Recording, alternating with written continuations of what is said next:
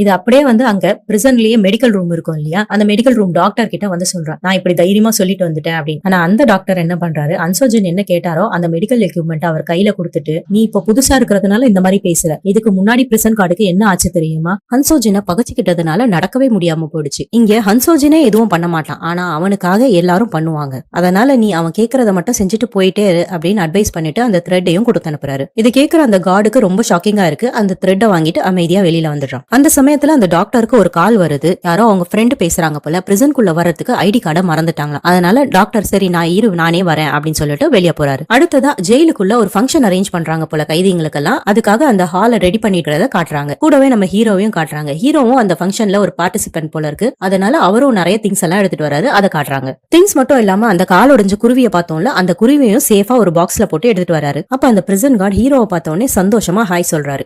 ஹீரோட friend, prison card எல்லாருமே ஒன்னா வளர்ந்தவங்க, ஒன்னா படிச்சவங்க. இந்த பிரிசன் கார்டு இருக்காரு இல்லையா, இவர் கஷ்டப்பட்டு சிவில் சர்வீஸ் எக்ஸாம் எழுதி இந்த வேலைக்கு வந்திருக்காரு. சோ அதனால ஃப்ரெண்ட்ஸ் எல்லாம் காசை நிறைய போட்டு ஒரு நல்ல கிஃப்டா பண்ணலாம் அப்படின்னு சொல்லிட்டு ஆன்லைன்ல ஒரு காஸ்ட்லியான வாட்ச் பாத்துருக்காங்க. அதை சூஸ் பண்ணதும் நம்ம ஹீரோ தான். ஆனா ஹீரோ ஏமாந்துட்டாரு. அது காஸ்ட்லி வாட்ச் நினைச்சு ஒரு ஃபேக் வாட்சை வாங்கி கொடுத்திருக்காரு. இருந்தாலும் அந்த பிரிசன் கார்டு சந்தோஷமா அதை ஏத்துக்கிட்டு அதை தான் கட்டிட்டு வந்துட்டு இருக்காரு. இதை இந்த ஃப்ரெண்டு சொல்லி ஹீரோவை கிண்டல் பண்றாரு. இருந்தாலும் அந்த பிரிசன் கார்டு பரவாயில்ல, இது நீங்க எனக்கு பண்ண ஃபர்ஸ்ட் கிஃப்ட், இது எனக்கு ரொம்ப சந்தோஷமா இருக்கு அப்படின்னு சொல்லிட்டு அதை சந்தோஷமா கட்டி காட்டுறாரு. ஹீரோவும் ஃப்ரெண்டும் நூலை வச்சு ஒரு ட்ரிக் பண்றதுக்கு பிராக்டிஸ் பண்ணிருப்பாங்க. ஆனா நூலை மறந்துட்டாங்க. அதை பத்தி பேசும்போது நம்ம பிரிசன் கார்டு என் கையில ஒரு சர்ஜிக்கல் த்ரெட் இருக்கு, இது ஓகேவா அப்படின்னு சொல்லி கொடுப்பாரு. அதையும் அவங்க வாங்கி வச்சுப்பாங்க. அந்த சமயம் அந்த பிரிசன் கார்டுக்கும் ஹீரோட ஃப்ரெண்டுக்கும் ஒரு சின்ன டாக் நடக்குது.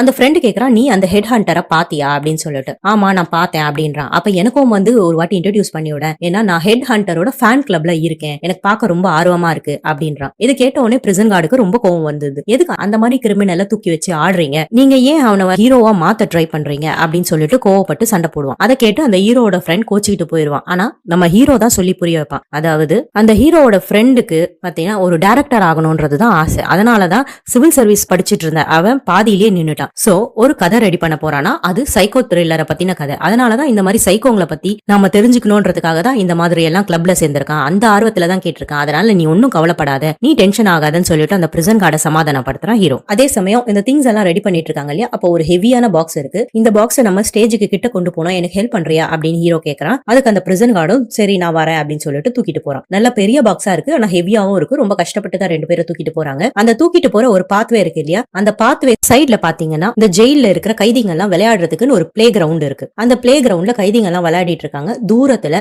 அந்த பிளே கிரவுண்டோட லாஸ்ட் எண்ட்ல உள்ள டேபிள்ல உட்காந்து அந்த ஹன்சோஜின் எதையோ படிச்சுக்கிட்டு இருக்கான். அப்ப அந்த பிரிசன் கார்டு கொஞ்சம் நிறுத்தி, அது பாரு அதுதான் அந்த ஃபேமஸான ஹெட் ஹண்டர் அப்படின்னு சொல்லிட்டு ஹீரோக்கு